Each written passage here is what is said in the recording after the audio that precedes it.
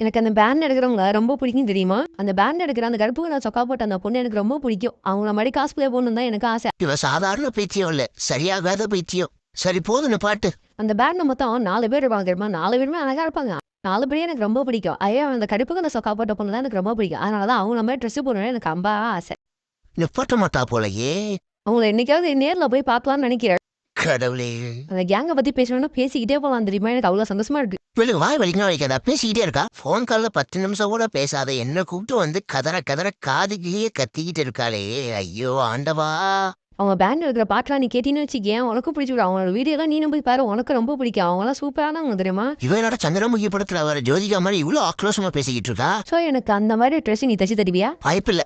ஸ்டேஞ்சஸ்க்குலாம் என்னால பிளா பிளா பிளா பிளா பிளா பிளா பிளா பிளா.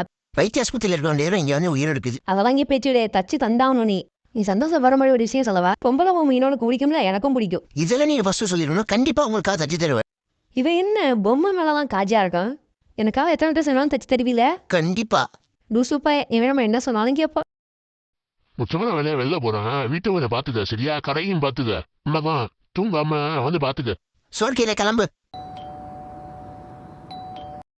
Calling bell இருக்குன்னு இஷ்டத்துக்கு தட்டாதீங்களா.